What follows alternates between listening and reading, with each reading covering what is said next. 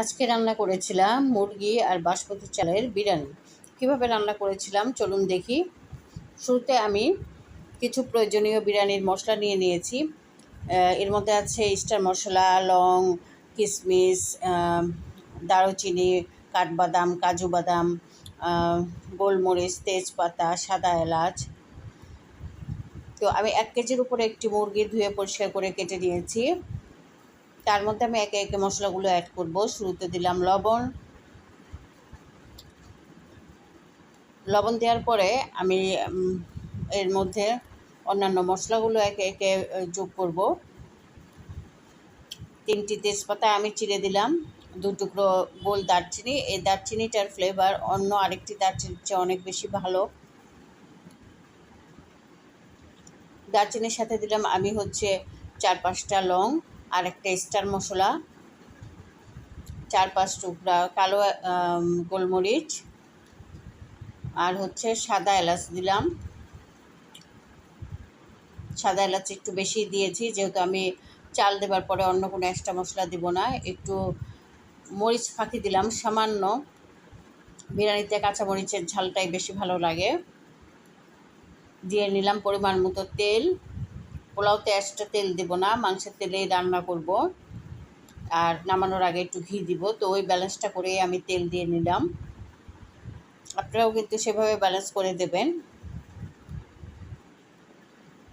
দিয়ে নিলাম বেশি করে পেঁয়াজ কুচি বেশি করে দিয়ে আমি টক দই দিব। টক দই সবসময় ঘরে থাকে না, সেজন্য আপনি কাঁচা দুধের মধ্যে একটু লেবু বা হোয়াইট ভিনেগার দিয়ে একটু নেড়ে চেড়ে 10 মিনিট পরে সে দুধটা দিলেও কিন্তু টক দইয়ের কাজটা হয়। আর বিরিয়ানি, রোস্ট এগুলোতে টক দই দিলে কিন্তু ভালো লাগে। এরপরে দিয়ে নিলাম আমি আদা, রসুন, ধনিয়া, জিরা পেস্ট। এখন সবগুলো উপকরণ আমি একসাথে ভালো করে মেখে নিলাম। মেখে নিয়ে আমি হাত ধুয়ে পানিতে দিয়ে দিলাম, কারণ অনেক বেশি পানি দেওয়া যাবে না। রাইস কুকারে পানি কম টানে, পানি সেজন্য অল্প করে দিতে হয়। এরপর আমি 15-20 মিনিটের জন্য মাংসটাকে রেস্টে রেখে দিলাম। তারপরে আমি রাইস কুকারে চড়িয়ে দিলাম। মাংসটা বলক ওঠার পরে এটাকে আমি ভালো করে নেড়েচেড়ে রান্না করে নিলাম। এবং আমি 1 কেজি মুরগিতে 1/2 কেজি পরিমাণ বাসমতি চাল ভিজিয়ে রেখেছিলাম। সে বাসমতি চালটা ধারণ করাটা আমি আসলে ধারণ করতে পারি নাই। তো 1 কেজি মুরগিতে 1/2 কেজি বাসমতি চাল দেবেন। আর দিয়ে নেবেন লিকুইড দুধ, পরিমিত কিছু কাঁচামরিচ আর গরম পানি। এগুলো সব দিয়ে একসাথে মাখাবেন। মাংসটা হয়ে যাওয়ার পরেই কিন্তু এই উপকরণগুলো আপনাকে দিতে হবে। দেওয়ার পরে নেড়ে চেড়ে ঢেকে দেবেন। এখানেও কিন্তু দুধ আর পানি মিলিয়ে দেখতে পাচ্ছেন, বোঝা যাচ্ছে উপর থেকে মাংস দেখা যাচ্ছে। অল্প পানি এবং দুধ মিলিয়ে অল্প পরিমাণ দিয়েছি আমি। এবং যখন হয়ে আসবে ওই পর্যায়ে নেড়ে চেড়ে এর মধ্যে এখন আমি কিছু বাদাম, কিশমিশ, কাজু, পেস্তা, যেটা খেতে পছন্দ করেন বা হাতের কাছে যা থাকে এগুলো দেবেন। দেওয়ার পরে উপর দিয়ে একটু ঘি ছিটিয়ে দেবেন।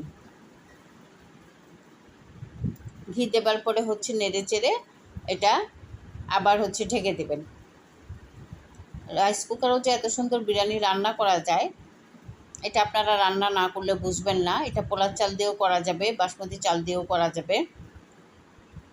তা আমার কাছে বাসমতি চাল দিয়ে বেশি ভালো লাগে, তাই আমি সেটাই করেছি। আপনারা পোলার চাল দিয়েও করতে পারেন। এভাবে কিন্তু গরুর মাংসের তেহারিও করা যাবে রাইস কুকারে। রাইস কুকার অনেক উপকারী পণ্য, যদি এটা ব্যবহার করা জানা যায় তাহলে। এবার দেখুন আমার মুরগির বিরিয়ানিটা কি সুন্দর ঝরঝরে হয়ে গেছে, একদম ঝরঝরে হয়ে গেছে এবং খেতেও কিন্তু খুব টেস্টি হয়েছিল। তো আপনারা রান্না করে দেখবেন। অনেকের ইয়াতে গ্যাস যখন থাকে না, তখন কিন্তু আপনারা রাইস কুকারে এরকম ঝটপট করে রান্না করে নিতে পারেন। তো ভালো থাকবেন সবাই,